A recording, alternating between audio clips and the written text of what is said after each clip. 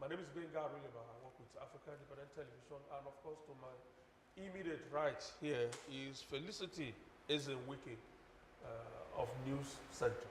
Felicity, welcome on board. And sitting next to her is probably a face we have not seen on this panel before. Joining us for the first time, Christian Ogodo. He's the Bureau Chief, Abuja Bureau Chief, Arise News. Christian, good to see you after a long while. Well, thank you very much, and nice being with His Excellency. Just a little correction there.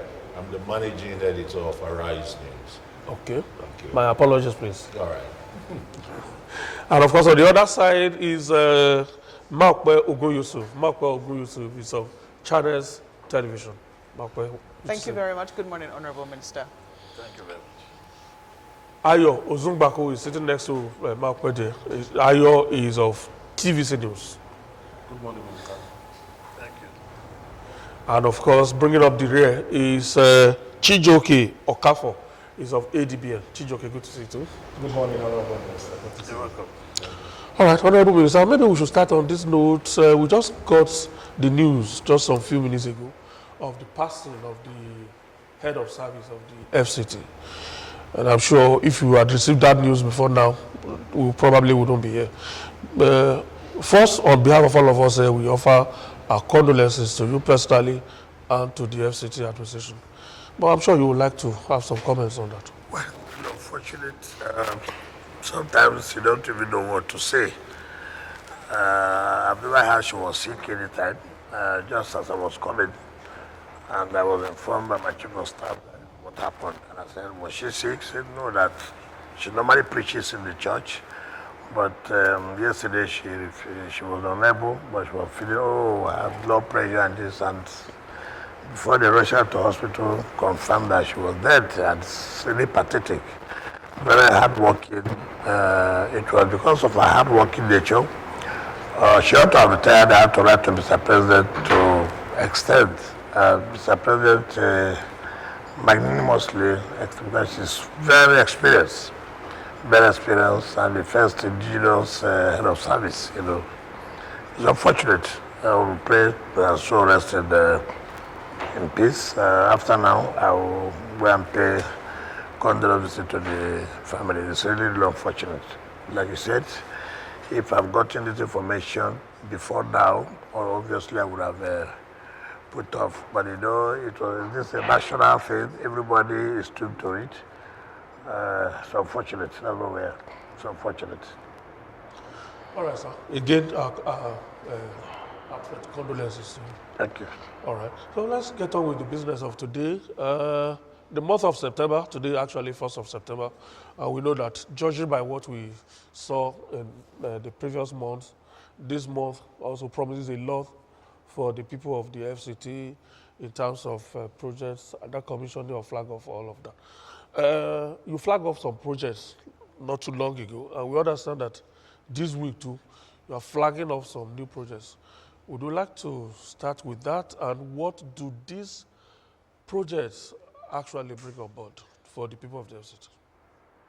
Well, like we said, yes, we have commissioned, yes, we have flagged up, and we've got not to flag off.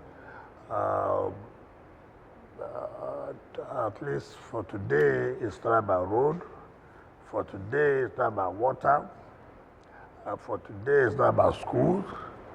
But today, it's about sports. What are you going to do in order to encourage our youths to take the advantage of what sports is today, the international community, and engaging our youths? So we have come up with this idea that we are going to build a multi-event center that will take into cognizance all the sporting activities, not just only football, not just athletics, even the indoor games, lawn tennis, all sporting activities. That we are partnering with a private company. We are going to fund it, but the essence is to see that to encourage our youth who will take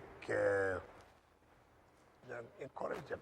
You can see what's happening today. Sport is one of the huge revenues for countries, you know. We are starting with three. Three. But today we do the one in the city. The next one, I think, is in Wagwalada. Then another one, if I remember vividly, when we are there, we are in Padres. So it's something that everybody will be happy. And even people like you too should be going there and try to take part by exercising yourself, you know. In fact, like this, my head of service that nobody knows. I mean, it's sometimes we don't pay attention to some of these things. So nobody will blame us that we're always concentrating on roads.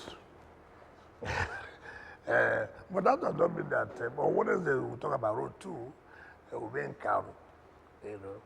Tomorrow will be for the courts, because if you see where the magistrate courts are, how they are sharing, is so discouraging. And so we decided that we have to provide a more confident for the magistrates to work, just like the judges are provided for. So that of the magistrate courts has to do with 3 districts, as required by the chief judge of the FCT High Court. So that will be done tomorrow, and then Wednesday we'll go back to the roads, which is very, very key to open up our cities. Of course, it's a satellite but in Abuja municipality. Yeah, in the last media chat, I think it's fair to commend when things are done right. In the last media chat, I wasn't here, but I watched it, and I observed your reaction when comments were made that it seems you were doing more off-road project. This time around, it seems there's a clear sort of shift. So I think it's worth commending that you've done what you said you would do, you listened, and all of that. But there is shanties. In the past 1 month, we understand you've been, you know, clearing it off, sending people away. There are concerns about homelessness, and also if there is any plans to maybe relocate these people. Well, when you say shanties, are shanties legal? Shanties are people who are illegal occupying a place. You see, we cannot joke with security. You have complained about insecurity, kidnappers, one source, or what do you call it? One chance and this. These are people who occupy all these shanties. In fact, sometimes they take over the corridors where the road is supposed to pass. And then when you want to do road, they say compensation. Compensation to who? Who is this person here? You don't see a land, you just go and begin to put batches. It's not allowed. Some would say that the reason these people do this is probably because they're poor, they have no alternative. It is not correct. It is not correct. Certainly it's not correct. When people want to do bad, mind you, criminals don't stay where you locate them. Criminals don't stay houses where you will identify them. Criminals stay in these areas of where you cannot locate them. We cannot say because of poverty. We should allow you to kill people, to rob people, to kidnap people. That is not allowed. It defaces the city. And that is why we have told people who claim that this land belongs to them, or sometimes, why are you not developing the land? Why are you making it possible for these criminals to come and settle here and cause problems for the city? And then you say government is not doing anything. We are going to make sure that all illegal occupants of anywhere will be thrown out. It's unfortunate, but there's nothing we can do about it. Because security is key, is paramount. Any government that cannot provide security for citizens has nothing to do in government, has no business with government. So we have to be careful about this poverty thing or no poverty thing. There's no even a time that poverty Anybody can say, I saw the problem of poverty. Mention which country? Which country? All over the world. I go to China, go to places. The area you see poverty. You can see it. But that does not give you room to make people uncomfortable, to kidnap people, to kill people. No, we will not allow that. So let nobody be using this poverty thing as an excuse. Your Excellency, I think there are two separate things. There are those who are criminals, who do not want to, who are setting up shanties in obscure places. Say, for instance, the hills of Guzape. You will find that there are people who are living in the hills, using tarpaulin and what have you. And sometimes there's a lot of suspicion around the activities of those people. But then there are people who are also poor, who have nowhere else to go, who have been kicked out. Maybe cannot afford their rent, for instance. So I think the question should be, can we separate what exactly is the plan of the FCT for those people who could be vulnerable as a result of economic shocks and perhaps have nowhere to go and as such are now staying in illegal places? We should come up with a community idea that government should build houses for everybody. What's wrong with that? But you cannot survive it. Okay, for the vulnerable. For the vulnerable. What do you call for them? See, we must have The poor. See, that's the problem I have. So can we narrow it down? Take for example, I'm coming. Take for example, we are provided a market, say for example, right? You see people not going to market to sell, right? They prefer to come out. And then you tell us, oh, poverty. There's a market for you to go and sell. You should not to go to use the market. You want to come out outside. As I'm coming now from my house, look at people, oranges, corn, they peel it, they dump it in the drainage. That is poverty. Is that poverty? And then when you go and chase them out, you now say, look, these are people who have nowhere to go and sell. It is not correct. Okay, assuming you have even allowed to stay there and sell. Does that also make that you block the drainage system? And then you start causing flood. I mean, we should not be every time hiding under these guise of poverty. And people are doing what is wrong. In other countries, they build shelters for people that they don't have the capacity to pay their rent outside. To pay their rent where? Within the community. No. Let us tell ourselves a simple truth. Who are those in the cities?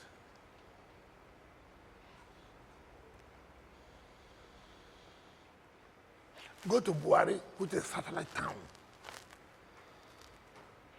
where people, villagers live. Even there, they don't bother about sanitation. I go to Buhari every time. The law school is there. Those are villages. Yet they leave their houses and come on the road. Is that poverty? We have this attitude that, look, everything must be done by government. Somebody comes out to say, look, I don't care. Government will come and pack this refuse. Come on. Now, Honorable Minister, while we understand your displeasure towards some of these anomalies and the fact that people take advantage of amenities that have been set up for them and end up not even using them, is there again a clear-cut plan in order to alleviate the sufferings of some of these individuals who live in shanties, who are not necessarily criminals? I understand the need to clear the shanties and rid the city of criminal elements, but how about the poor and vulnerable who continue to suffer as a result of some of these decisions? Take for example, Just to add to what he is saying, sir, sorry to interrupt. Is it possible for this particular shanty, a temporary relocation site, give them time to find another place? I will not fall to that trap. I will not allow criminality for any guise. I will not allow it. Is it a crime to be poor? What do you mean by poverty?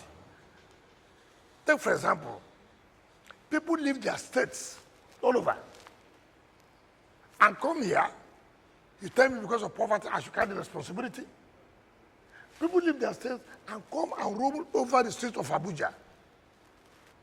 It's the responsibility of the government of Abuja to provide houses when you leave your state. What are we encouraging? No, excuse me. What are you encouraging? What are you encouraging? You people leave their states to come to Abuja because it's the capital of the country. And then it is our responsibility to provide shelter for you. How can you sustain it? I'm a little curious. You also attend the Federal Executive Council meeting and perhaps also the National Economic Council meeting. Are these conversations that are happening? Because we've seen over the years this complaint amongst governors of, well, I say really urban states. Take, for instance, Lagos, where they do not have control over people that can come into their city, but we know that there is a problem of rural-urban migration. People are seeking greener pastures. Is it a conversation that, is being held amongst the governors or also in the Federal Executive Council meeting? But one thing you must understand clearly, and which you must appreciate. As well today, no government can provide shelter for all the citizens. It is not possible. We must be realistic. We must. That the mere fact that we're having a shortage of houses for people does not make us to fold our hands to allow crime. Absolutely. It does not, it cannot stand. Every government, whether at the state level, at the federal level, is doing its best to see that you reduce this housing deficit. But again, you cannot say as a government that you take entire responsibility of providing housing for your citizens. It's not possible. Minister, the president. Sorry, excuse me, please. Honorable Minister, I'm going to take you away from, the shanties in Abuja. Your giant strides in infrastructural development, from roads to water, you're talking about trade. The hospitals have not felt the presence of Mr. Infrastructure. Yes, that is what you would always say. Let me answer. She said so. You've not she allowed... She said, no, you have said so. There's nothing to do. Say, don't take all my time. Okay, sir. You took all my time. Right. She said so last time that I was talking about infrastructure and I was going to do other things. And that she's happy that I have fulfilled that promise by going to other sectors. Yes. The problem we have is that when you see that you have attended to this sector, everybody believes that you must attend to all sectors at the same time. It's not correct. I told you here about education. The number of schools we have renovated and furnished, right? And he said, but why is it that people are not aware? Okay, I'm going to direct the mandate secretary to take you to the rural area and see what we are doing in terms of schools. Now, somebody talks about youth participation and this and that. That's okay today. We're studying about sporting activities, sporting multi-event center that will bring the youth, engage them, all those kind of things. We have, our budget was just released. The 2025 budget was just sent to us after the National Assembly approved, and then Mr. President assented to it. So the procurement process is on as regarding to hospitals. We're talking about the hospital in Gwagwalada, we're talking about the hospital in Guaripa, even the doctor's quarters and the rest of it. We're talking about the Otako, which are the problem litigation.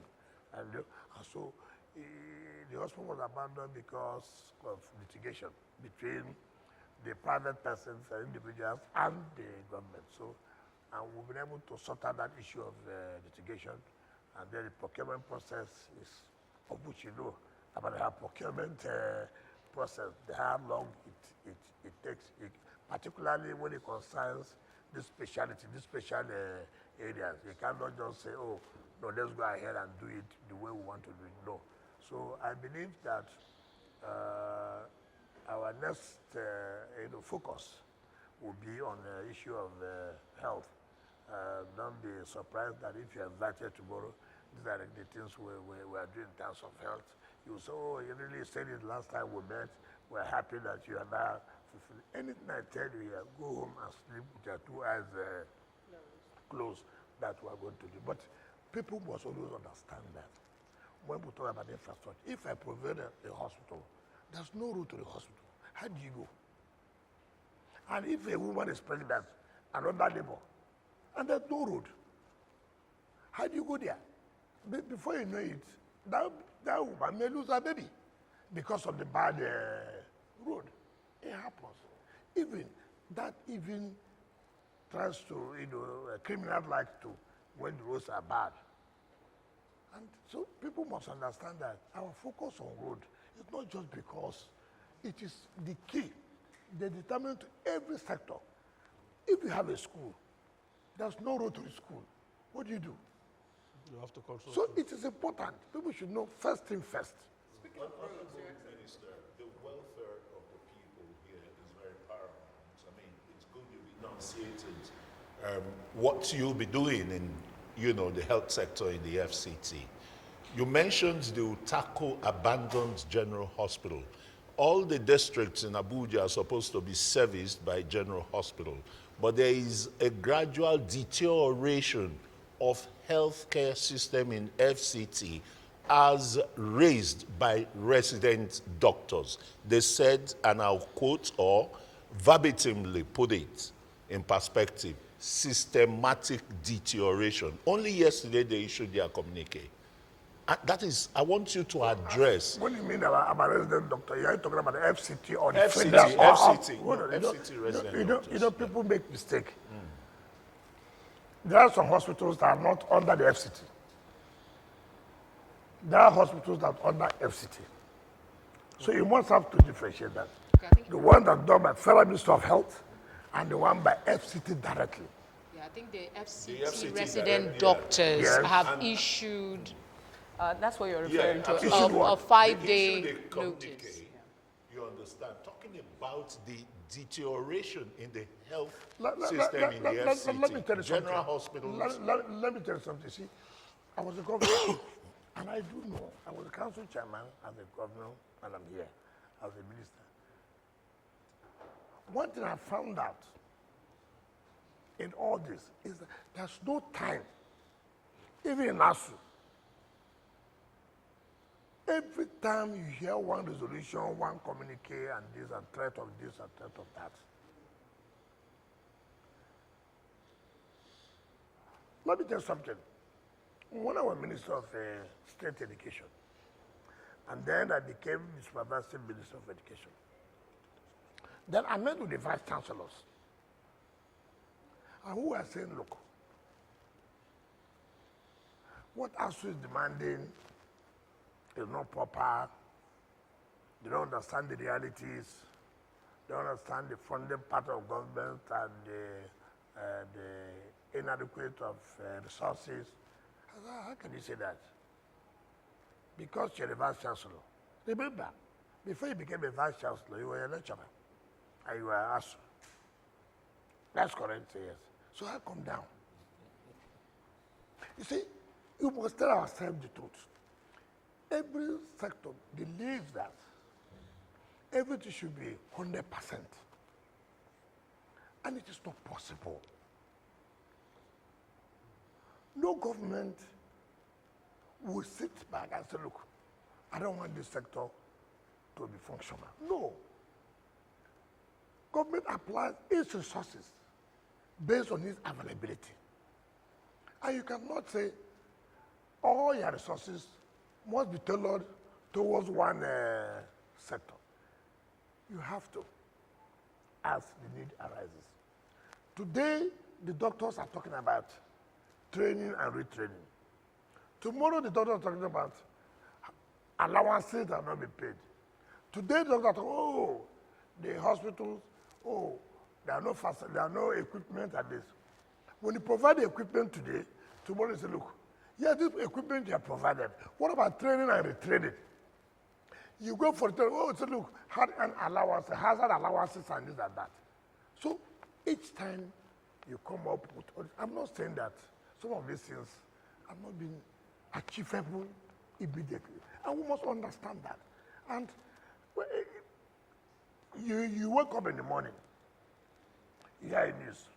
Oh, we have issued government an ultimatum without even writing to government. They have issued an ultimatum. Here is, you don't engage with government and let government know these are the problems you are facing. The dream is just blackmail, threats. And by the time you sit down with them and say, look, but this is not possible. See this, see this, see this. You now come and, oh, we did not realize that this has been done. And these are not the things that this communicate issue. Have you written to government that, look, we want to discuss with you, see what you think, see what you think. When I was governor, doctor said, look, all of them entitled to vehicles. I said, how do I provide it? How do I provide it? How do I provide vehicle for over 2,000, 1,000 doctors? How do I do it? I said, this is the entitlement. Okay, assuming, do not consider. How do you provide it? You can say, okay, I will take 50 now, or I'll take 100. They'll say, no, 500. How do you provide it? And so we must be realistic. I'll say you're the leader. Somehow leaders will figure it out. No, but it should be realistic too. It should be realistic. Okay, take for example, I've just said here severally, and we don't want to take that. What does Abuja get from the Federation account? What do we get? What we get from the Federation account is that federal government gets $1 trillion, for example, in a month. For example, if I thought they do, 1% of $1 trillion is how much? Those of you who know mathematics. No, which 100 billion? 1 billion. 10 billion naira. That is not up to for you to pay salary. Now, what do? You fall back to your IGR. Is it not correct? The FCT wage bill is more than 10 billion naira a month. It is 12 point something billion naira a month. Overhead. Salary. Yeah, that's overhead. And for over 47,000 workers, how do you have 47,000 workers in FCT? For Christ's sake. Honorable Minister. And then you now come to say, okay, I have to verify. Oh, labor will come in. They'll go on strike. You want to strike some workers, this and that and that. That's what you face. But the truth of the matter is that, okay, we fall back to our IGR. Is it possible to No, hold on. So that let people know. Maybe you are trying to dodge because maybe your media outfit is also owing. The point I'm trying to say. You know that my media outfit can never No, owe. you owe. We don't owe. Okay, don't worry. I will publish it tomorrow. We don't owe. Now, you see what happens. Now, when you now come out to say, look, we must be aggressive to collect our IGR, to be able to solve this problem. Then you also go back and say, oh, the manner and way the FCT is going about these taxes is not correct. There's no human face, not this. You want problem to be solved. I'm just being realistic now to tell you now, look at the problems. Now put it on the table. Government said, look, see what we are getting. And the only way we can achieve and get money to solve these problems will fall back to IGR. You know, payment of tax is a problem here. Payment is a problem. Yeah. Most of you are living in Matama, Asokoro, Wuse, One. There are no poor people there, but you won't pay. All right, Honorable Minister, I'm sure we'll have time to come back to FCT issues, but let's do things differently in this particular media chat. Yes. Let's go to politics. Obviously, so because just yesterday, the results of the local government elections that were conducted on Saturday were announced, and it's been more of knocks than kudos for the conduct of the election. And you not only participated, but that's your state. And a lot of people are saying that your hands are showing, that we are seeing since Saturday. First, your quick comment first on the elections. Okay, so if you ask me, because when you said my hand was showing, I wanted to know how my hand was showing. People are wondering how it happens that the rainbow coalition between the APC and the PDP, how did that happen? Your name is featuring First of all, let me comment about the election. This morning, I sat down, I was watching comments, particularly channels. On Saturday, before I went out to vote, I also watched channels. Problem we had in this country is misinformation. It's not my fault that you refuse to do your work. I have listened, I have seen media people who, if you want to go in this area, you go and do your researches. To be adequately informed, so that when you ask you questions, sometimes it beats my imagination when I see people on television.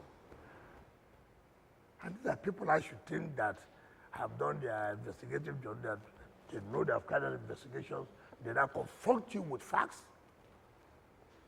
I discovered that zero.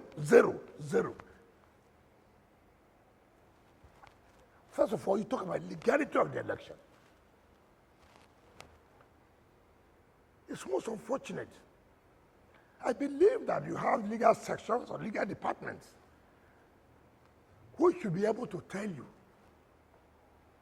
what is this and what is that. I've said this severally. Ignorance of the law is not an excuse. You see, it's illegal for an emergency rule to conduct an election. But that is what the legal minds I'm were coming. saying. I'm coming now. Give me the opportunity. I will educate you. This one, I'm very versed in this one. Not a media work, no.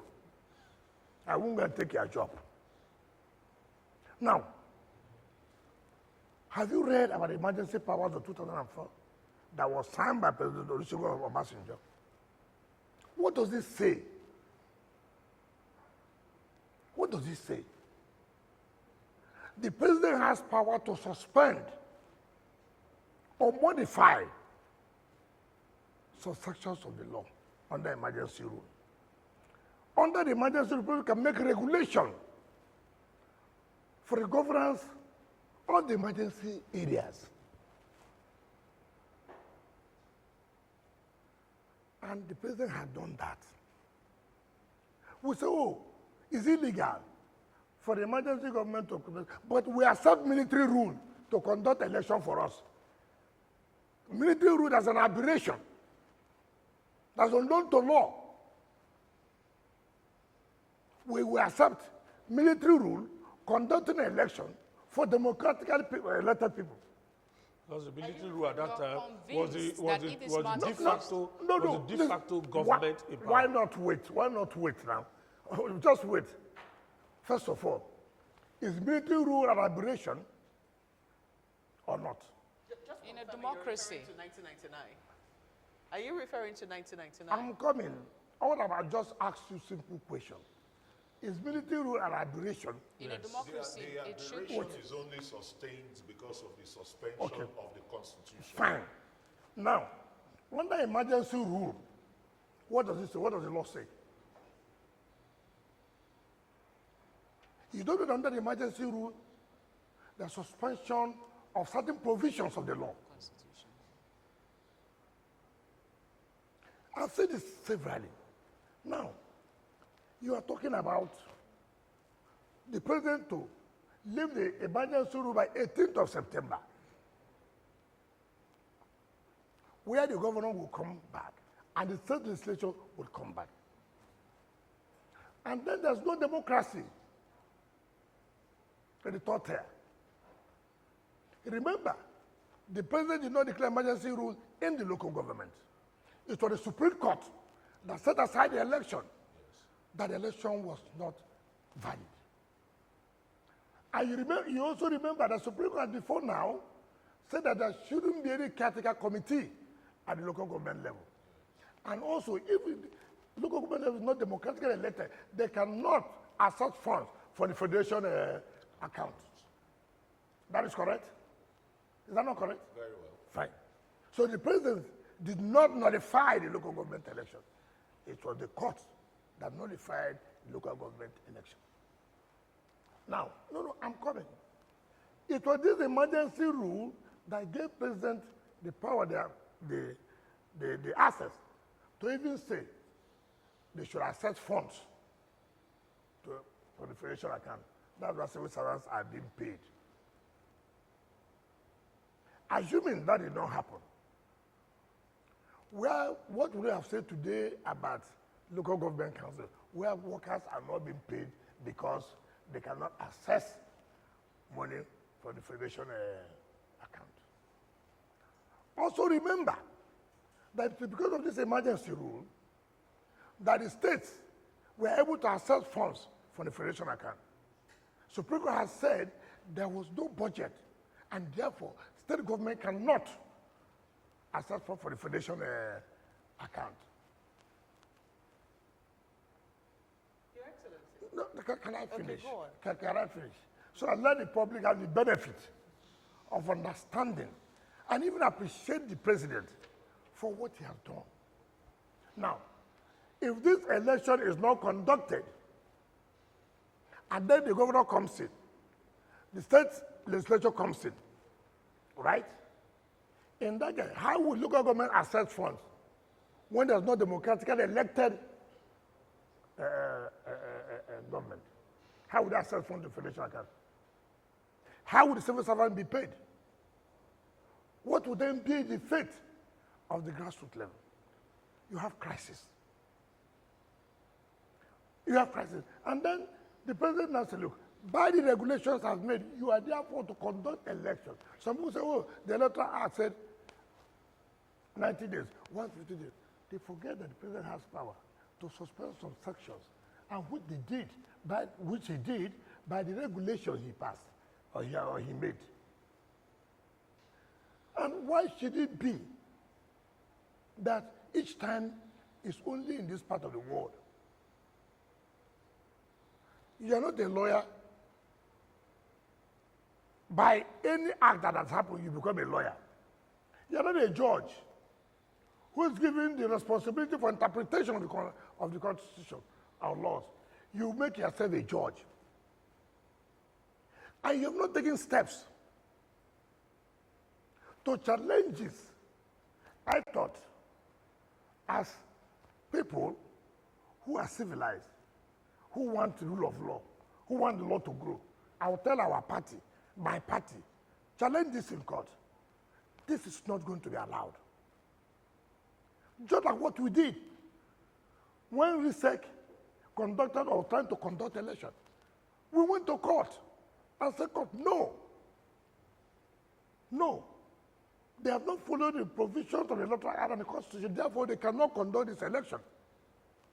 The court gave judgment, saying, yes, you are right.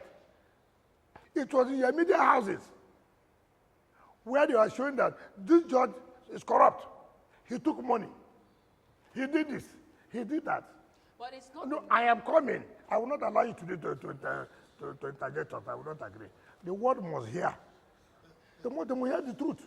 And that's what we owe the public.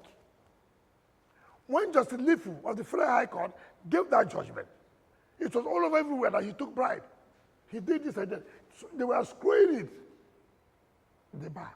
AIT was screwing it. Arise was screwing it. The matter went to a Court of Appeal. Court of Appeal set aside the judgment of the Federal High Court. You also came out and said, oh, now the law has taken place. Then people want to appeal to Supreme Court. Supreme Court said, no. The Federal High Court was right. The Court of Appeal, you were wrong. See. It was based on that judgment, all of you now are interpreting the number of days that ought to be given by RISEC. And they said, look, that, oh, who appointed, that the administrator has no right to appoint RISEC. Rubbish. The emergency law, the administrator, is on behalf of the president. The president even submitted the names of members of research to National Assembly. Remember, under emergency rule, now there is no state assembly, the National Assembly takes over. And that's why the National Assembly had to pass the budget of the state, of the River State government. And which is why the state administrator is the one now presiding over that budget. Nobody argues that why should National Assembly pass the budget of the state? Nobody. It was National Assembly that approved and screened and approved the nomination by Mr. President of members of research. Which wasn't without controversy. Eh? Which wasn't without controversy. Controversy how? The screening of the National Assembly, but let us, I mean, No, I digress. no, you have brought it up. Yes. Let the public know the controversy of the chairman. Of the chairman. You see, that is the problem we have in this country. Wasn't there controversy at the National let me tell Assembly? you, if you create a controversy on your own, does not mean there's a controversy. What's the controversy? That the president nominated somebody, a Nigerian, who's not an indigene of that state. what is indigenship? Who will they appoint in River State now to be the chairman of River State Independent Electoral Commission?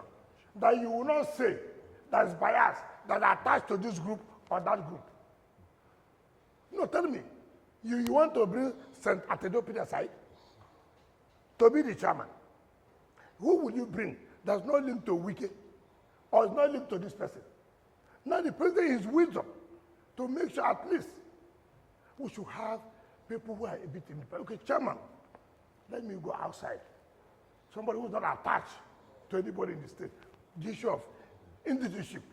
And that, why not say who will do the work? And we're talking about controversy. What is the controversy? Somebody from the South? Now, Your Excellency, The the elections. The people are talking about. Yes. Is Wike a PDP member?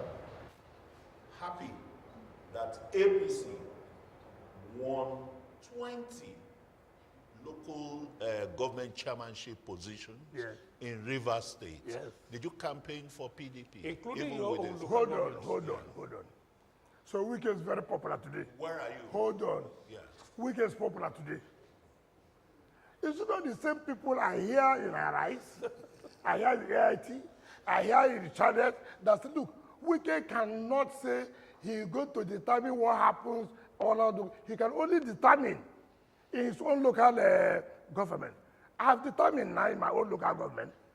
I'm a member of PDP. I won in my local government. And the people who won in APC, people are saying and the people who won in APC, the case of how Wike those defeating- different? No. Wike. You see, you blow hot and cold. You said, look, But would you be fair to say the way you are handling things at the moment, because you speak that you are a PDP member still, but every other action you take is in support of the APC. what kind of And action then- did I take? wear a No, mask. what You said now that you delivered your own local government Yes. in this election, and you delivered it to the APC. No, it's not correct. You see the problem we have? You see where your mind is? Okay. No, hold on. Nigerians should know. See where your mind said. Okay, I might have I made a said mistake my with local this, government. but No. Luckily, this is a live program. I never said here that my local government is APC. I never said so. I said your media house, all of you, you always say, Wike cannot influence what happens in other local government. He can only influence what happens in his own local government. That the people in those local governments are those to choose where to go to. And I have agreed to that. And I have influenced, campaigned for my people, vote for PDP. And my people have voted for PDP in my local government. Now you are angry that APC won. No, listen. You are angry that APC won in the local government, which means why did I not extend the influence I didn't have? I'm not talking about your influence. Are you happy with the results of these elections? 20 local government councils, a clean sweep by the All Progressives Congress, and just 20 local government councils by the PDP.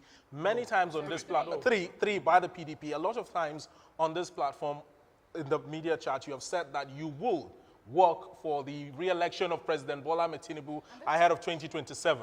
Is this a preview of what is yet to come in the 2027 general election? Now, can I tell you, the local government that is telling me who wins what in the state is my local government. Okay. It's Port Harcourt local government. And Abubakar and local government. And these are local government won by PDP.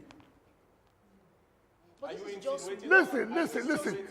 that what occurred in River State over the weekend on Saturday is what we are going to see in 2027? That is my question. Mind you, you should know that every election has its own perspective. Look at it. 2, you should know what is happening. Are people happy with what is happening in PDP? Did PDP contest in those local governments? Where APC contested? Yeah, did they contest? Sorry, That please. is not correct. Go sorry. and get your facts. People are, you see, that's why when you want to say something. Your Excellency, No, the let me last tell time I you. raised Can I this tell issue, you? Can I- the last time I raised this issue don't of a sh- collaboration between the APC and the PDP. Benga, let me educate you people. Because you have refused to go and do your research. Even what you said, the ADD, see what you said. You don't even have the facts. Well, not in all the local No, it's not about saying, if I were you, what you should have done was to go to research.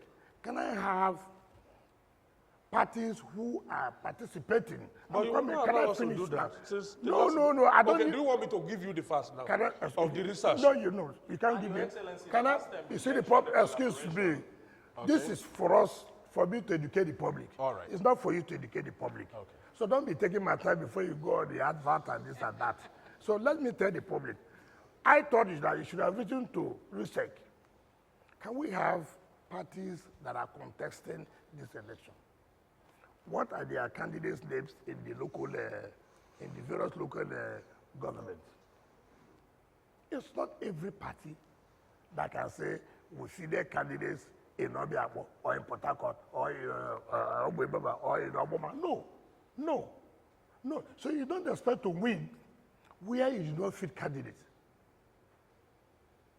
Where you do not fit candidates. And what I was thinking, for the first time in the history of this country, you didn't hear gunshots.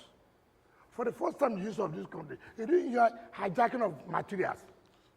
And for the first time in the history of this country, no political party has come out to say, look, we don't believe in this kind of election.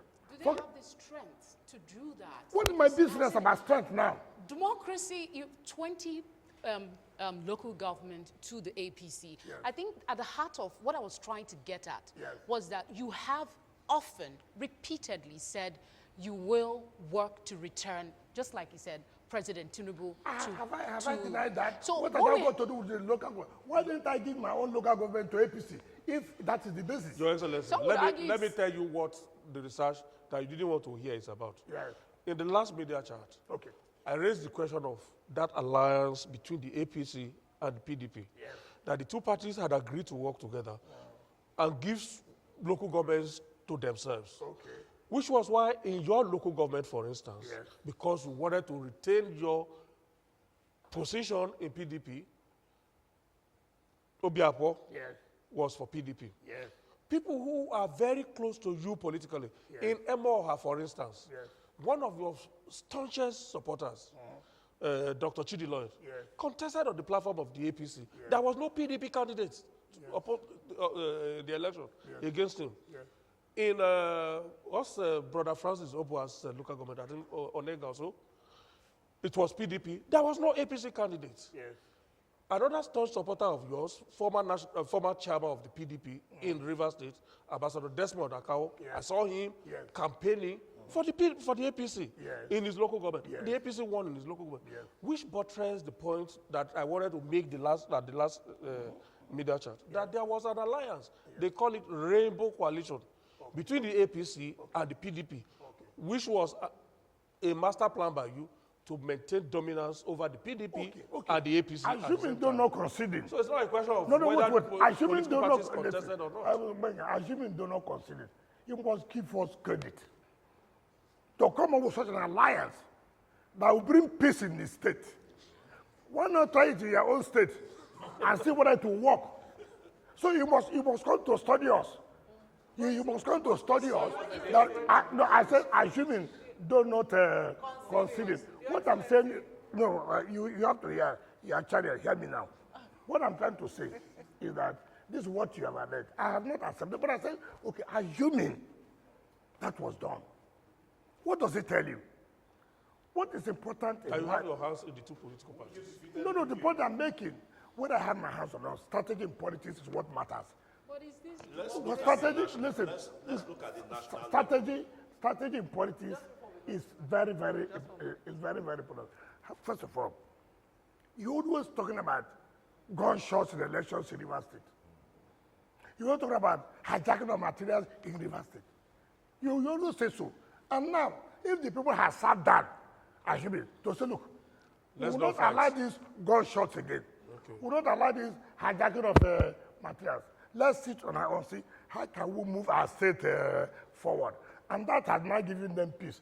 Why are you worried that there's peace? So you would have been happy if you hear Rivers State, 20 people were shot.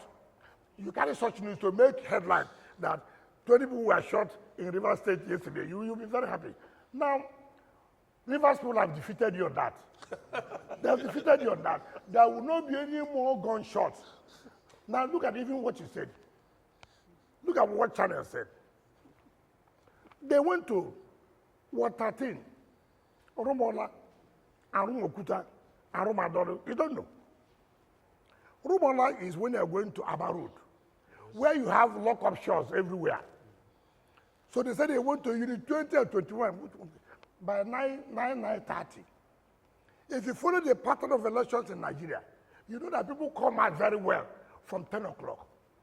When I was watching channels, they were saying voters apathy.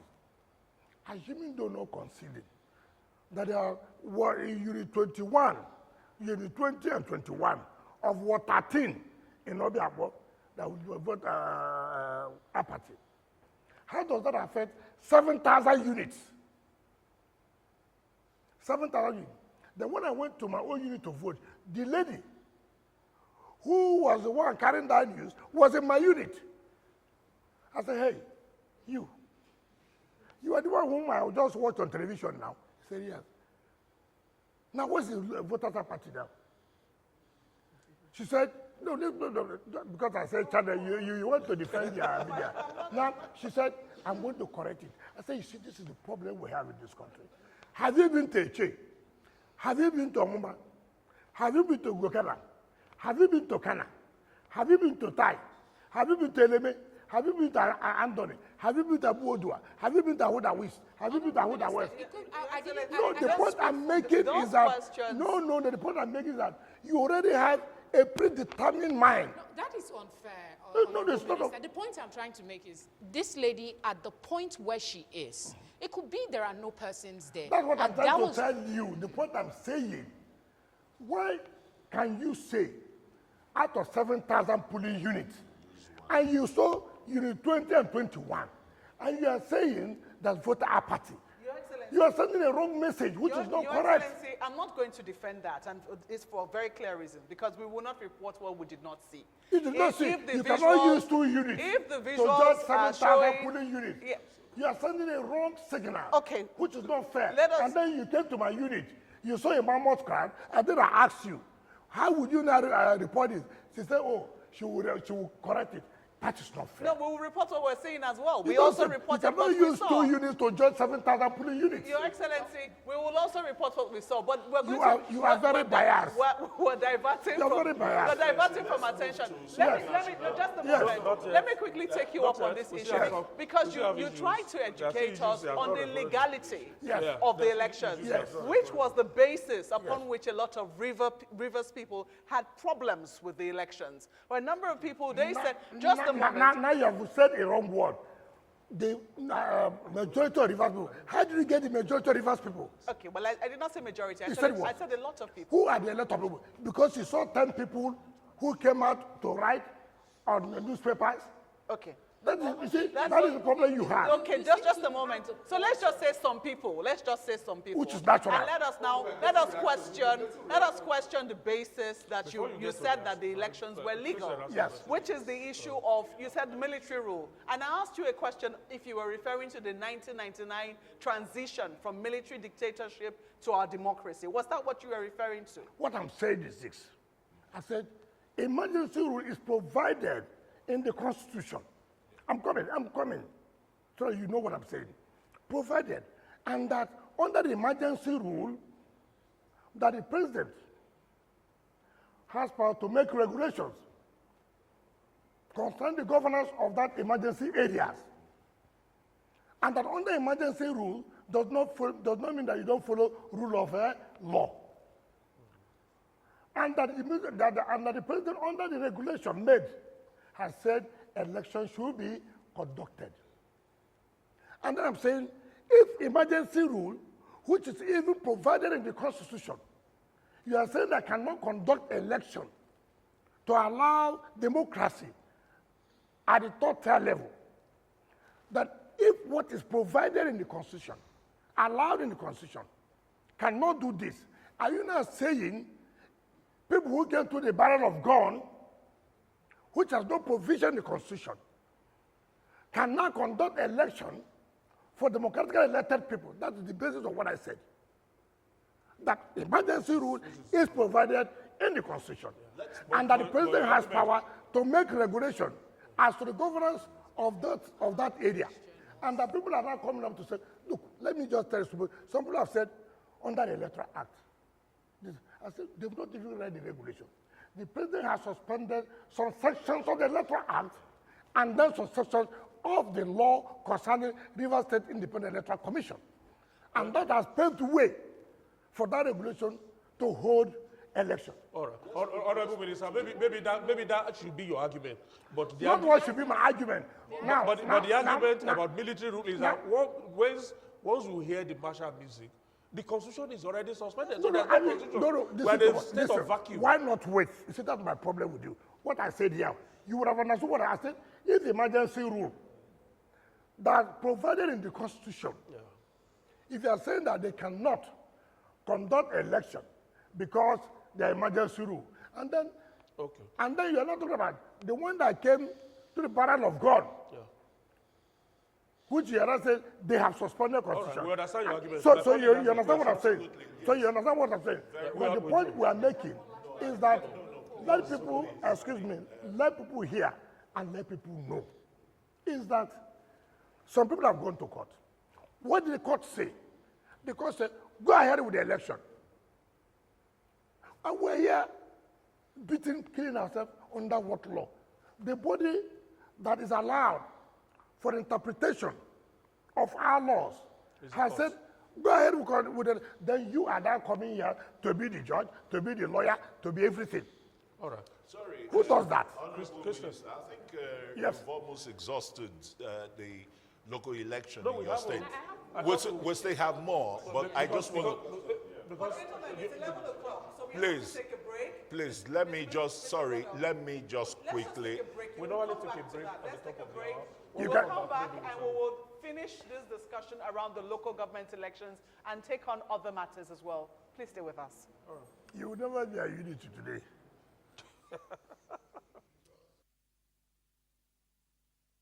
Welcome back. You're still watching the conversation with the Minister of the Federal Capital Territory, His Excellency Barrister Nyesom Wike. And we're talking about the local government elections which just concluded in Rivers State.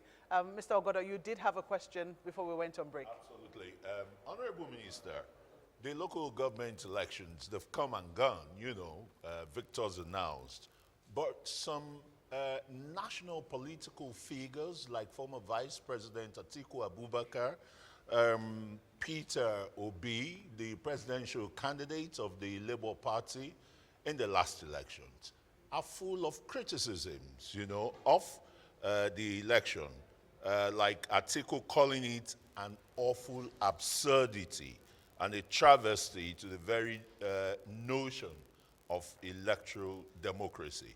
For Peter Obi, he described it as rascality taken too far and a double tragedy for Nigeria's democracy. How do you react to this comment? Okay, thank you very much. Let me take Atiku first. The court stopped last local government election, right? The government went ahead and conducted the election. The same Atiku held the government for disobeying the court order. Disobeying the court order. The Federal High Court gave injunction. The election should not be held. And we thought, as a man who occupied that number 2 position, all he would have done was to say, look, we're in a democratic system. It doesn't matter how the judgment, how it went. It must respect the rule of law. But he supported the election should take place. Listen, I don't blame Atiku because he was recalcitrant to his boss. He didn't know that his boss signed the emergency rule in 2004. If he knew, if he was obedient and working along with his boss, who was President Olusegun Obasanjo, he would have known that the president has power to make regulations as for the governance of the emergency areas. So he was not in tune. He doesn't know. And like I said, what you don't know, don't comment about it. If Atiku has commented about custom now, I know he has worked in custom, he has experience, I can give it to him. But this is law. He doesn't know that 2004 emergency that was signed by his boss. Look at the man. Look at that system. 1999, he was in PDP. 2007, he ran under Assam Congress. 2011, he came back to PDP to run for a presidential ticket. He left. 2015, 14, he went to APC. He ran for the presidency. 2017, he came back to PDP, became the candidate in 2019, became the candidate in 2023. Now again, he had left for ADC to seek for president. Did they prescribe drug for presidency for him? Now, take Peter Obi. He said rascality. Who can be more rascal than Obi? Obi became a governor. He was governor for Anambra State for 8 years. He conducted local government election 2 months to when he was leaving office. 2 months, 8 years as governor. Does he have what it takes to comment about conduct of election that was properly done and backed up by law? When Obi was governor, Nigerians forget easily. Doctors were on strike for 13 good months. Hospitals were shut down. 13 good months. Are we saying that we're not aware of this? So what do you mean rascality? Who's more rascal? So you should not take the views of the, because you see, the anger is that they are looking for where they will get funding. And that's no longer available in Rivers State. They have no capacity or morals to even talk about it. A competent court of jurisdiction, Federal High Court, gave order, gave judgment, said, look, don't do this. Atiku was one of those who held the conduct of that election. Now, under the regulatory power of the president and the emergency rule, he has said, go ahead and conduct local government election. What I thought we should have been more preoccupied is, one, was election free and fair? If you ask me, I saw State Independent Electoral Commission chairman. Of course, you know, I don't even know most of them, but they call me. I'm from Sokoto, I'm from Ogun, I'm from this. We came to ask their report. They said in 30 days, in 1 month, you could do this.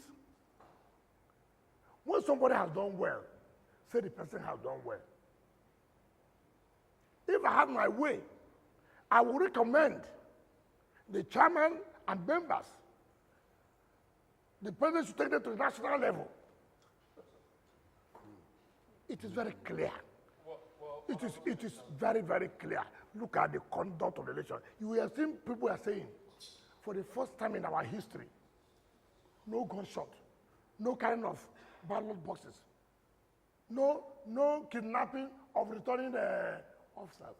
And nobody wants to come out and commend security agencies and the RUSEC. You're only saying illegal. Illegal to you. The court has not pronounced it illegal. Honorable Minister, earlier when you were answering my question concerning the landslide victory of APC in the just concluded local government polls, you had mentioned that the People's Democratic Party did not field a candidate in all the local government councils. However, we were also, the last time we were here, talking about the collaboration between the APC and the PDP in order to foster peace and stability in the state, even in electioneering periods. Is this collaboration a deliberate step? Or was it the reason why PDP decided not to field candidates in certain local government areas in Rivers State in the last election? You are the one saying collaboration. No, you said collaboration a gentleman agreement you hold on. Why not hold on? First of all, let me bring the antecedent. Before, you said that PDP contested election in all the local government. I said, do you have the facts? You don't have the facts. He said collaboration. I said, assuming, though not conceding that there was this collaboration. No, I'm coming now. I said, assuming, though not conceding that there was a collaboration, will you not commend this collaboration? That does not mean I consider. However, let me also say this. As time goes on, PDP has been a predominant party in Rivers.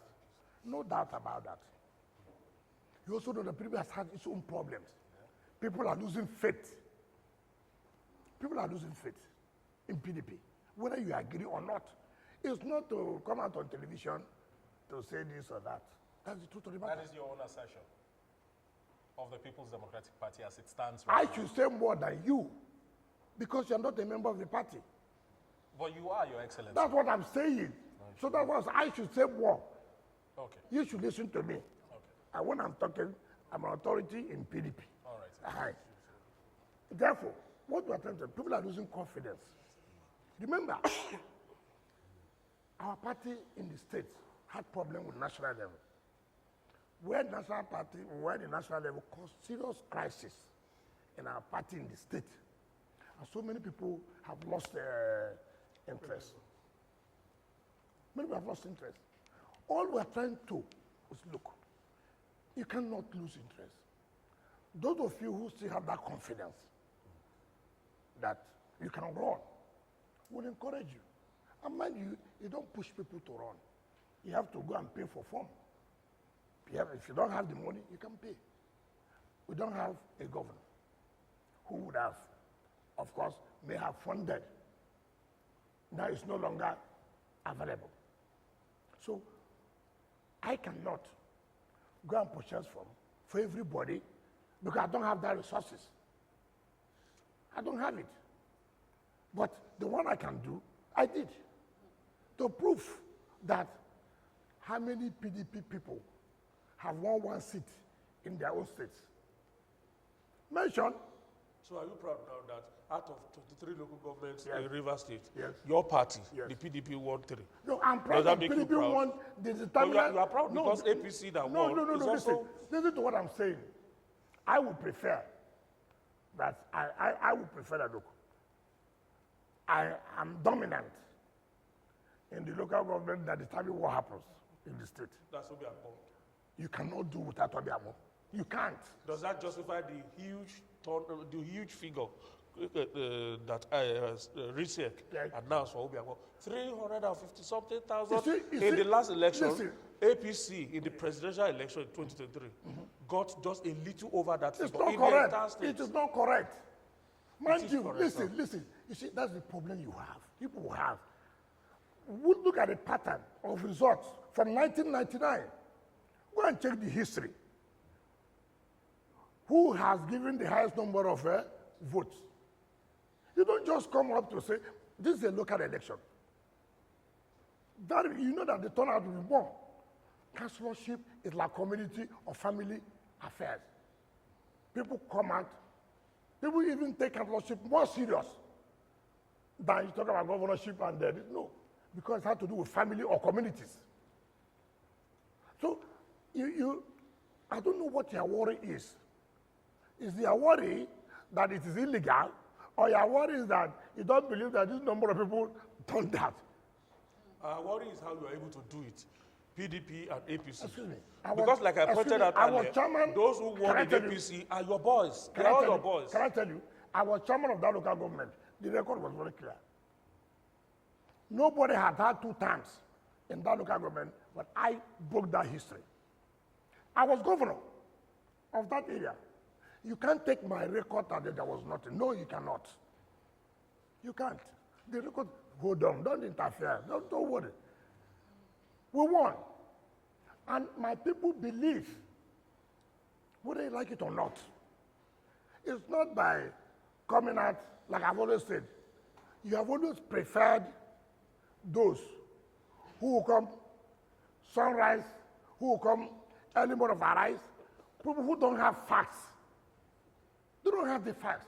As I speak here, I can tell you if election is conducted today, presidential election, governorship election, I can tell you how each local government will fare.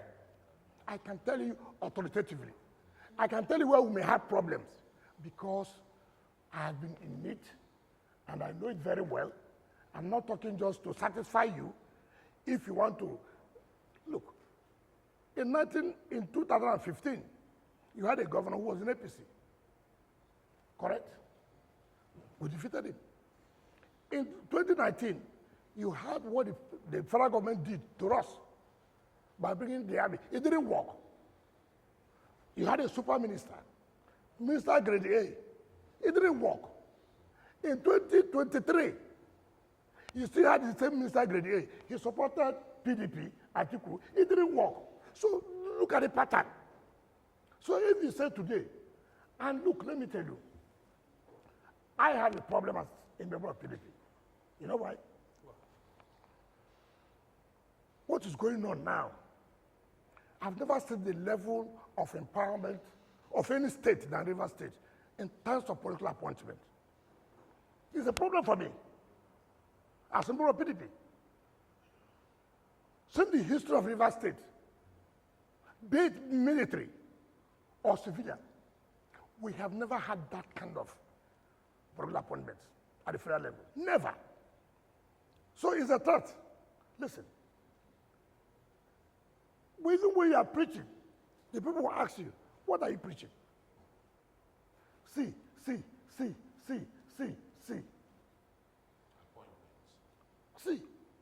See, sir. Bodo, Bonny Road, they're almost completed. Sir, what are you trying to tell us? Sir, look at the enemy area. That is where you have the refinery. It's almost completed. So you have to be careful.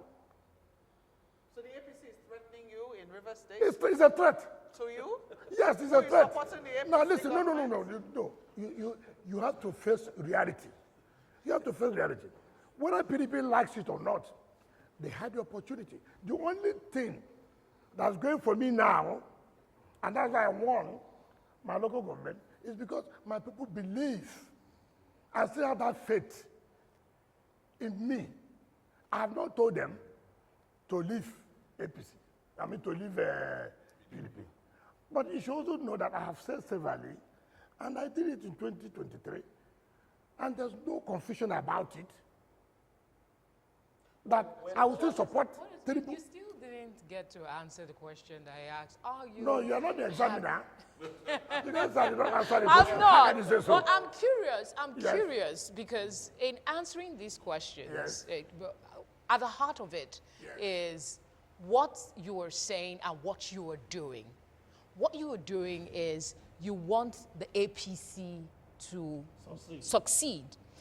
So what does it do for you that it's just your I mean, you say that you delivered your local government. What does it do for your party, PDP, in Rivers State? Looking at it, because if the governor... Are you aware that APC won presidential election in 2023 Rivers? Are you aware that PDP won the governorship election? So what is the what about here? That APC won local government election, therefore, it means that APC will win the governorship election. So what is the right? I have told you, you know, every politics is local. I want to tell you, whether you like it, you don't like it. The truth is that, as it stands today, if Mr. President contests the presidential election, he will win. That does not mean, listen, that does not mean that any other party will win the governorship. So I have always said, and you must know that, have it at the back of your mind. It is not about whatever you feel, whether you are happy, you are not happy. We are not here to make you happy. We are here to make Rivers people to be happy. What makes Rivers people to be happy is what we're interested in. Your Excellency, can I just ask one question, completely unrelated? Has the Constitution, since a state of emergency has been declared in Rivers State, which is constitutional, you say is provided for in the Constitution, people know it is provided for in the Constitution, is the Constitution suspended when a state of emergency is declared in a state? No, I said certain laws, the president has right to suspend certain sections as it relates to some laws. I said so. And it is there. It is there very clear. And that's why he suspended some sections of the Electoral Act of 2022 and suspended some provisions of the Rivers State Independent Electoral Law and Rivers State Local Government Law. He has the power, and that's what people should know. And again, if you watch, part of the regulation he made, he said, look, upon the notice of this election, if you want to challenge it, you have between 7 days to challenge it. Interestingly. I'm coming. Okay, go ahead. Just a moment, because you've answered my question. Okay. Interestingly, only recently, at a book launch of a friend of yours, Mohammed Adoke, Yes. SA, and former Attorney General. Yes. I do remember that I think was the Vice President who was there, Kashim Shettima, who had also experienced the state of emergency while he was governor of Borno State. And he talked about the suspension of a governor of a state under emergency rule, which continues to be controversial.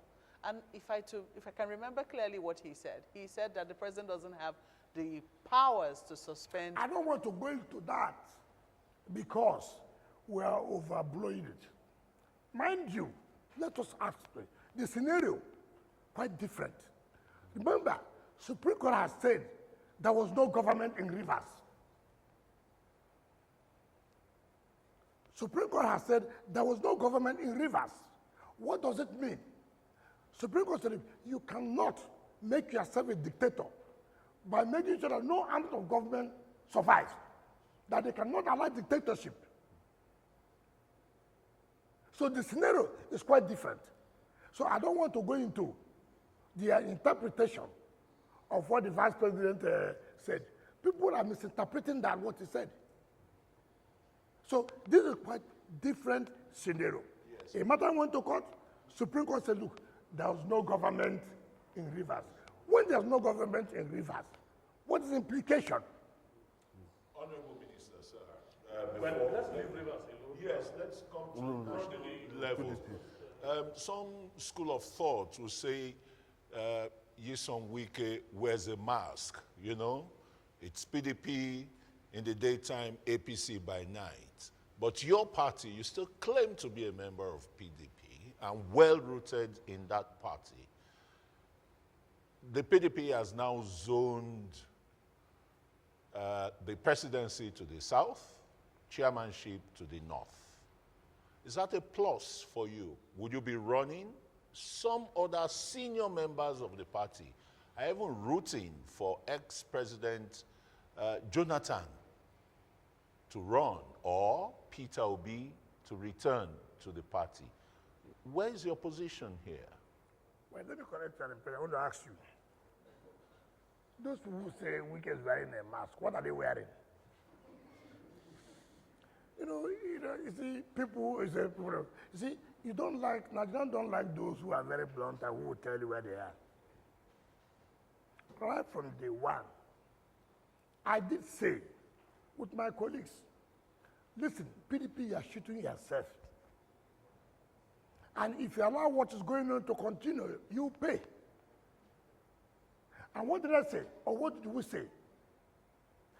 You cannot have the presidential candidate at the same time national chairman of the party.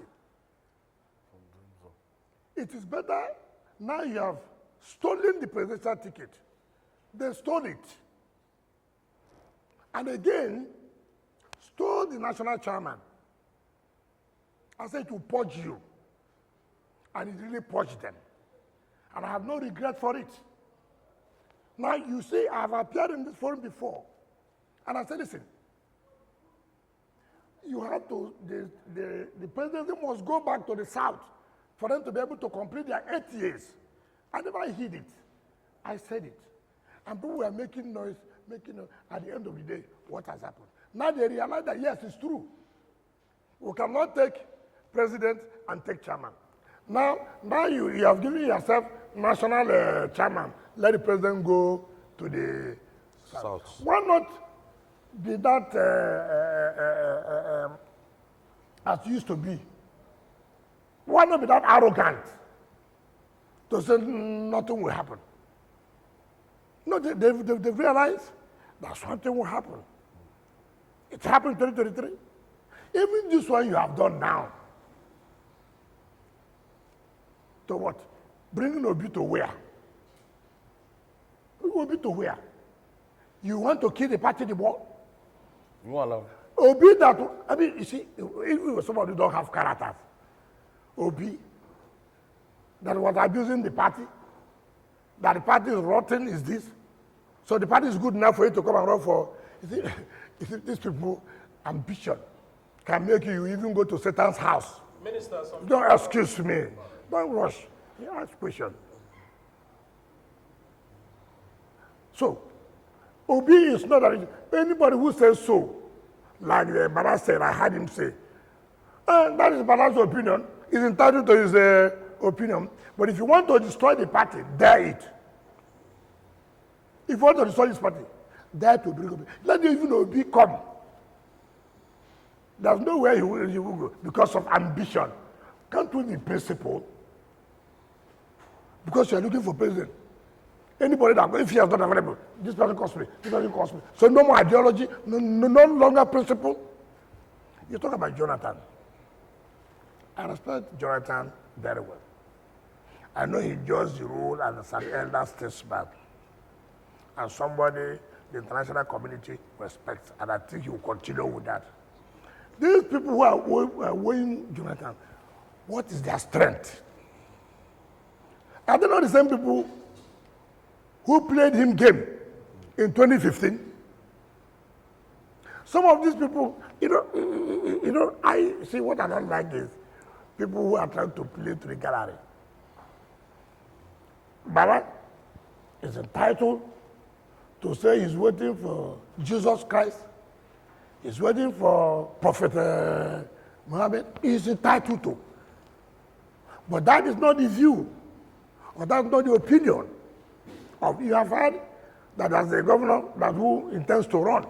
If that governor is true that he intends to run, how would Banana be saying that PDP is waiting for either His Excellency President Goodluck Jonathan, former president, or His Excellency Peter Obi? For Christ's sake, nobody should cause problem for the party. When you cause problem for the party, you now say people are behind this problem. You are the one trying to. How will anybody even contemplate? Are you going to run? since it's been zoned to the south, are you running for presidency? Or I will not run. So don't even, let me tell you, wait, that's what I, excuse me, so you hear it very well. You know, people have to cause confusion everywhere. I have, don't stop me. I have integrity, I have character. There's no way. My appointer is there. We are saying he should run. Then I'll turn around to say I want to. What kind of, you know, we are talking as if people who don't even have integrity. What will my children ask me? Okay, Your Excellency. What is for Tinubu? Is it today you need it? It's obvious. I'm surprised. Even when your party, Your when your party has zoned its presidency to the south as well. That's why you zoned. To sacrifice. You see, it's late. I'm curious to ask. Yes.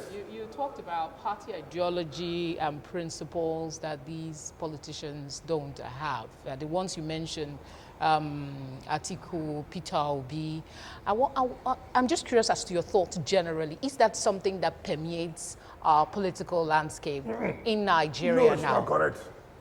You people prefer those. Okay, take for example, where have I left? From since 1998, I've been in PDP. I have told you when there's a fight, I'll fight it there. Look at how you know character. I mean, I just analyzed to you here. Atiku, 1999. 2007, he ran under Action Congress. 2011, he came back around for the presidential ticket of PDP. 2014, he left PDP and went to APC and ran for the presidential ticket. 2017, he came back and became president candidate of PDP 2019 and became president candidate of PDP 2023. Now again, he had left to ADC to seek for presidential ticket. Is there any prescription of drug for him? I mean, it doesn't matter. So that's why I said about principle. Is that a coalition now? See what they call coalition. When CPC and ACN say, look, we want to fight the ruling party. Let's form a party. And which one they come with? All Progressive Congress. That is a coalition. Not about you. Every time you want to be this, if you don't get it, you move to the other party. He says a coalition. How can that be a coalition? It cannot be a coalition. Yes. A coalition is when two political parties or more than two political parties come together. Then you say, look, they are forming this for purposes of defeating the ruling party. Not when you, an individual, you didn't get ticket here this year. You run to the other party. Then if you didn't get there, you run to the other party, it's a coalition.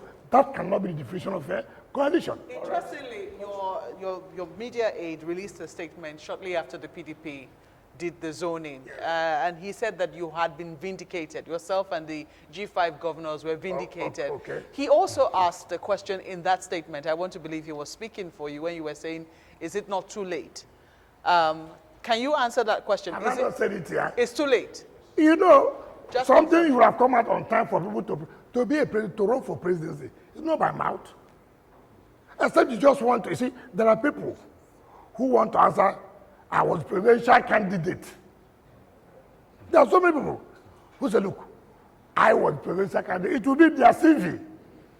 And then they say they are not the leader of the party being the presidential candidate. For Christ's sake, I've been into this business. I came out to run for presidency before. I know what it took me to go around this country. That is for primary election, not even general election. I know where I was heading to. So it is not just only the resources. You will also have to be mentally alert and be prepared psychologically. You have to. It's not, oh, it has been zoned to us. Therefore, I can now run. No, it's not done that way. It's not done that way. That's what I'm saying. That, look, except somebody, and I have not seen. I have not seen who in the party. Bana said he didn't, he sacrificed his ambition. But as you know the truth now, he knows it was not going to be easy. Honorable Minister. Yes. All right. The former governor of Kaduna State was quoted as saying that he couldn't figure out the pathway for Bola Tinubu's presidency in 2027. Him winning the 2027 election, that there might be a runoff election, and in that runoff, that Bola Tinubu definitely will not be first or second, that is going to become distant third. Okay. So you want to find them. You see, Erufai is my friend, but he failed in this mathematics. He goofed. He would have completed it. I'm telling us, since I know Tinubu will come third, he should also provided who will be first and second. You see how he failed in mathematics lab. How did you arrive at who would be third? Then you will not arrive who will be first and second. Can't we assume that He knows. That is projecting the ADC as coming No, first? you should have come out to tell us. You see, one thing I like about Erufai is that he speaks his mind. But sometimes, speaking your mind, say the one that is correct. In this one, I'll put a bet if he agrees. If Tinubu does not win this election squarely, I'll put a bet. You see, I watched him, he said they should go and ask Jonathan. No two persons are the same. No two persons are the same. The mere fact you were able to survive that, succeed in that, does not mean you can do that. We are also here too. So as I'm sitting down here, do I look at somebody that you come and win River State? It's not possible. So you don't foresee a runoff? Which runoff? With who? Honorable Minister. Which runoff with who? Let me tell you. You see, what you have is complain. They just did by-elections. Hold on, you asked a question. They just did by-elections. What happened? Complain. You see, we are used to complaining. I have told you, I don't like excuses. What I cannot do, what I cannot achieve, I will tell you, this is not possible. It's not possible. People are just, you see, people are accusing RISEC. I was watching. Tell me which election that INEC did that people did not accuse them.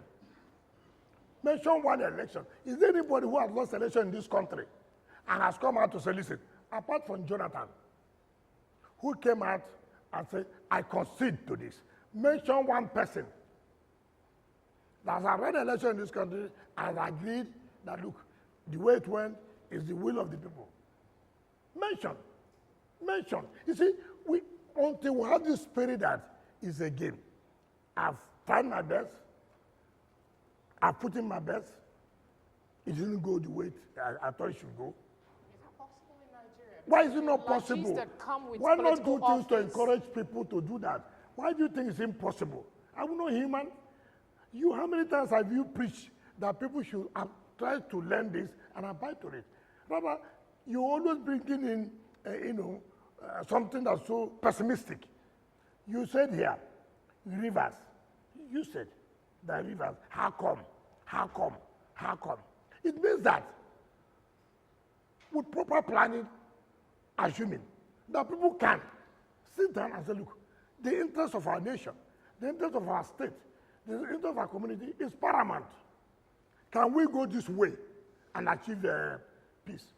That's what you should be encouraging people, not when people do something that has come to say, surprising you, there's peace, there's other leaders. You not go, is that democracy? Until they shoot themselves, until they kill unborn houses, that's only when you say there is a democracy. The moment you don't kill, the moment you don't kidnap people, there's no democracy. Our definition of a democracy in Nigeria, from you people's perspective, is that houses have been bought. Your Excellency, I think that the media will not accept that because, we're here because the Constitution supports our role in a democracy. No, please, I think you are also misunderstanding. The media should not go free without criticism. You cannot say you have a right to criticize. We don't have a right to come up to say this is your own role that you're not carrying out. No, but we're In as much as you criticize and bring out issues, we should also have an opportunity telling you where you are, that this and this is what you are doing that is not right. Okay. So whether you accept it or not, is not. To me, we will tell you what you are doing that is not right, and we have told you here, part of it, you go to your media, you are, if I tell that you are biased, what's wrong in that? Your Excellency, I will say so. I will always say that we'll do our best to maintain balance. But let me quickly ask you this. You've dismissed Mr. Peter Obi, even though he said that he seems to understand the mood in the nation and understands that, look, even this zoning to the south, it does appear that the south only has one term. And he said that he's willing to do one term. And everyone knows that when he left the PDP and went to the Labour Party, he was able to get over 6 million votes. Are we going to dismiss what he was able to get in the last elections? The problem I have okay, give him the 6 million votes back. Dash him the 6 million votes. All those who voted for him before will continue to vote for him. You don't understand the dynamics. His popularity. What happened in 2023 will not be the same. Let me finish. And I don't know where you get. See, this era of your social media, we know the influence of social media, what happened before and this and that. Which party will you going to run? Tell me now. Is it Labour? Is it the PDP? No, I'm asking you.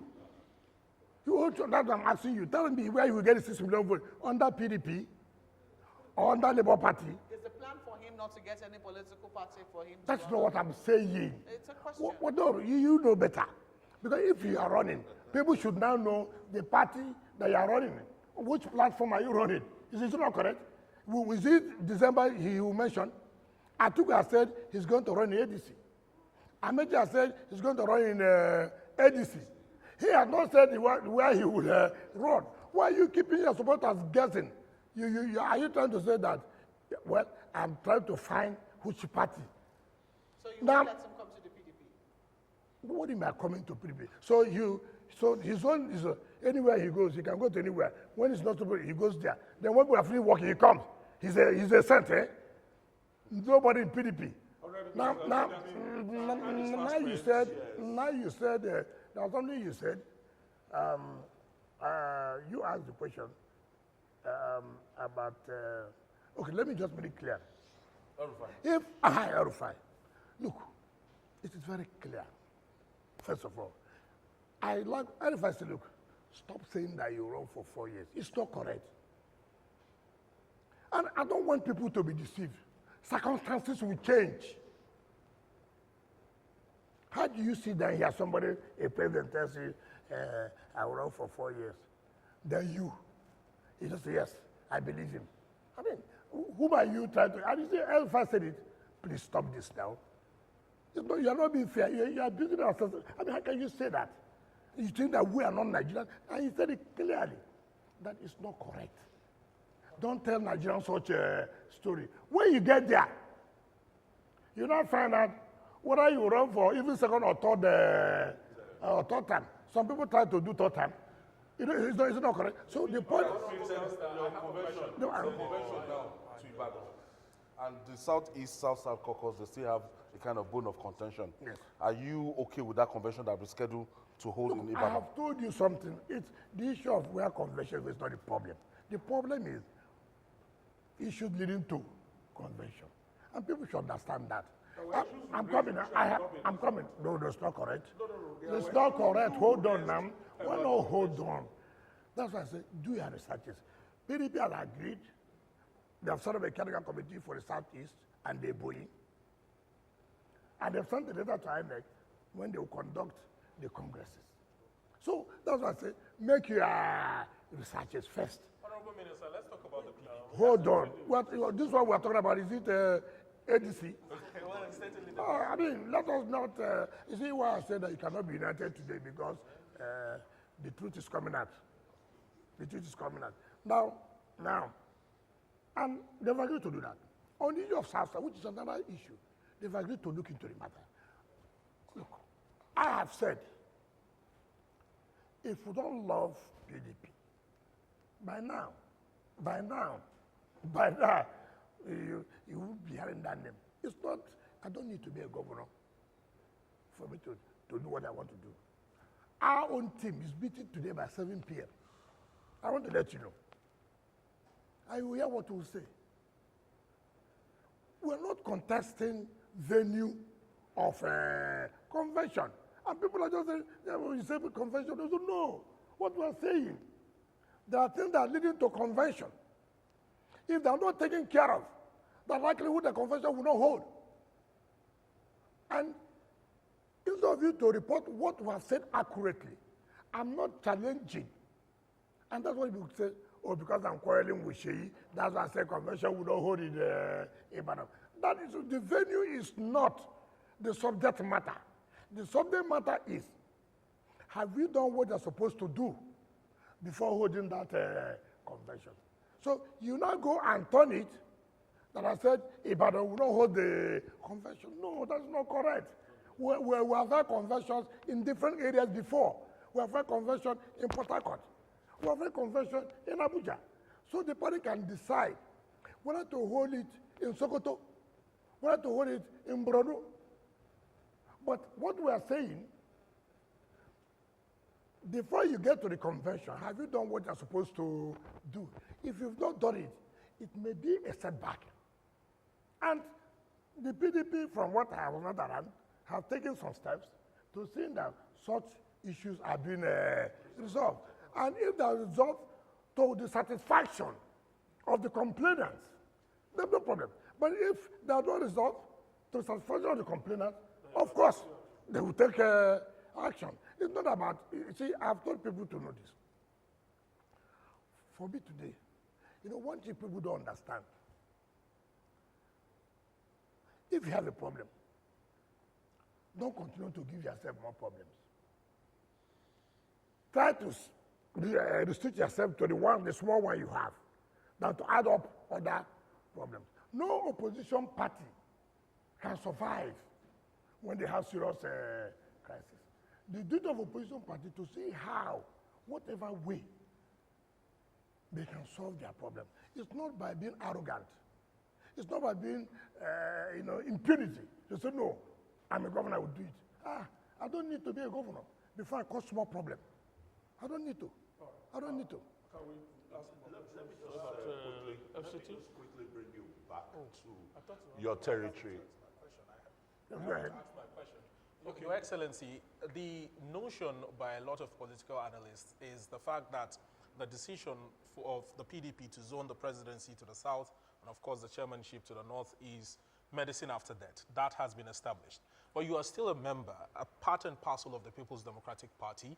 Is there any solution that you have personally for the political resurrection of the PDP that you say is gradually losing steam? Because if today the PDP sinks, you are in that ship and you might sink together with it. No. You see, again, who are political analysts? Those ones that appear on television. There are quite a number of them. No, you see, let me tell you, sometimes I feel so, when I watch television, I turn it off. You know why? How did you know it's a political analyst? Sometimes I see people, he said, security analyst, constitutional lawyer. Where do you get that from? Because they speak from a place of knowledge. You see, no, please. No. You see, that I've been in a country where there was war. Do you understand me? And I saw that, look, there's no need to have war. It will set back development, right? That does not make me to be an analyst of war. It does not make me. Here in Nigeria, everybody has assumed to be an analyst. When I watch television very well, I take interest when I have the time. I see the people they bring to talk about local government, to talk about state I said, is it because they cannot find people who can really do justice to this? If you make your researches, what I always say, before somebody comes up, you would have checked his background. You would have checked what are his contributions. It's not a question of, so well, I don't like to hear this most political analysts. Now let me, I'm sorry, I have told you here that we have said, look, about convention. I said, if these problems are resolved, good for us for our convention. That means I've offered solutions. I mean, I don't know why you want me to repeat it. We have just about 3 or 4 minutes to go, and we still want to round up on FCT issues. And I think quickly, Your Excellency, you made one complaint on your way here. The corn seller on the road, peeling and littering. Abuja is filthy. The waste management is not being properly managed. That's one. How are you going to tackle that? Secondly, I will take you back to the district hospitals. Caro is one.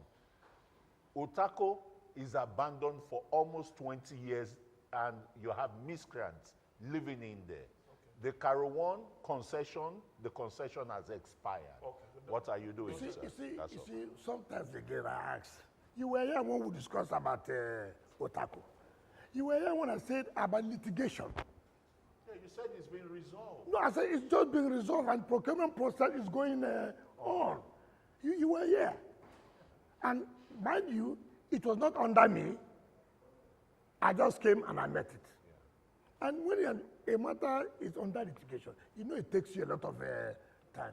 There's nothing you can do about it, but we have been able to resolve. And then the procurement process has started. And I said, if you look at our law, procurement process is not a one-day affair. Absolutely. And I've told you the number of hospitals that we are taking up now. I told you this here. So you've talked about Abuja is filthy. Look. Maybe you should add one major problem. Maybe you should add this to the Abuja filthy situation environment. And that is the question of open grazing. On this series, you had announced a ban on open grazing in the FCT. But we still see cows everywhere, including in front of your official residence. I didn't know you go to my official residence every time. I passed through there, I see that. Let me tell you, I think it would have been proper to use this word, like it's also in some other states and some other cities too. We have traveled. It will be wrong for you to say Abuja is filthy. It is good for you to say some parts of Abuja is filthy. I agree with you on that. It will be too wrong. We must appreciate certain things done. And if you don't appreciate that, it's like somebody coming now to say Abuja, no road. That would be unfair. Some areas in Abuja, there are no good roads. I agreed. Some areas, there are good roads. I agree. And attempts are being made to put the other roads that are not in good condition to be in a multiple condition. We cannot totally generalize or condemn. I find problem in this waste management. But you have to have the political will to fight it. It's unfortunate how it was awarded, you know, people who don't even have the capacity, who don't even have the equipment to do it.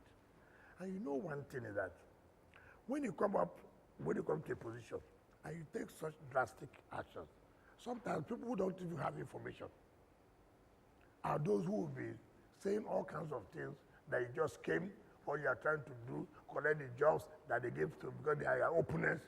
Meanwhile, you don't even know those who are doing the job. But you feel that the work is not moving and you take action.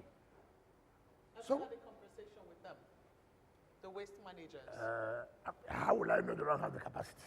It's because I've interacted with them. So what we have done, we have gotten approval for the BPP. Look, they advertise this. Now, that's the problem. You know I won't be there when the procurement is going on. Now I say, look, I have to. I started with him. Go and check where their equipment are. Do you understand me? It shouldn't be done on political patronage, particularly issue of sanitation. It shouldn't be done on political patronage. And we're doing that. It's unfortunate, but that is the truth. That's the truth of the matter. And then you ask of there's somebody that answers. Now you said, now let me tell you about the politics of that. It's a national security matter. Abuja is the capital of the country. I hope you realize that. You have diplomats here. It's the seat of the presidency. Did you understand that? You have to be careful. Nigeria is a place where people are starting trouble for you, where they will now come up to use religion and play. Look, I've told people, and I asked one of them, tell me the simple truth. Do you like this happening like this? I have traveled all over the world. You don't see this. Why is it that if government brings out a policy to stop this, you ethnicize it? I have the capacity to say if I want to stop it. But again, you also have to be careful. The next thing you will see, that Mr. President has directed the minister to fight against social people and social people. You see, so you know there are some things that are very dicey. So that's why I say it's a national security issue. We have NSA. We have the security agencies, right?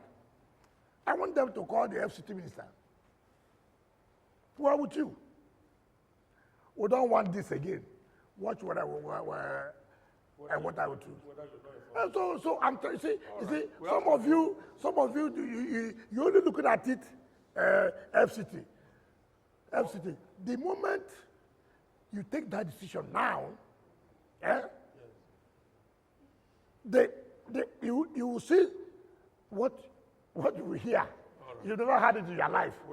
So it is not what I. Tied on this issue. It's not only being tied. Because we have to know. I'm making peace. That's why. You are making peace with people who. You know what my people say. Instead of fight, let there be rain. Okay. Do you understand me? But everybody knows it is unacceptable and it is the truth of the matter. And we just don't want to tell ourselves the simple truth. All right. Everybody wants to play politics, something you know. Let NSA call us. Let DG call us. Let the IG call us.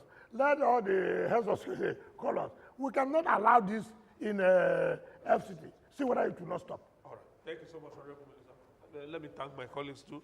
Felicity, she's of New Central. Felicity. Yeah, it's been my pleasure being here. Thank you very much for the And of course, Christian Obodo. It's been really wonderful. I mean, hearing your views politically and in terms of the leadership in the FCT. Thank you. I hope you're happy. Thank you, Honorable Minister. Ayo. Thank you so much, Honorable Minister. And Chijoke. Honorable Minister, it's been a pleasure. I still have questions for next time. Thank you. Thank you, Honorable Minister. We really My appreciate it. happiness is that the editor from Arise I've had and I've seen it, I've had the truth. And thank God the channel is here. You should They also watch us. carry the message, but let us tell the world We'll take the balance. the truth. I don't know about that. Thank you, sir. New Central. New Central has also been there. We see. Carry the story well. TVC, carry the story well. ADBN, try. But the truth must be told. Thank you, sir. We'll see you again. Thank you. That's the end of today's edition of the Ministerial Chat. We'll see you again very soon. On behalf of all of us, my name is Ben Garuniva.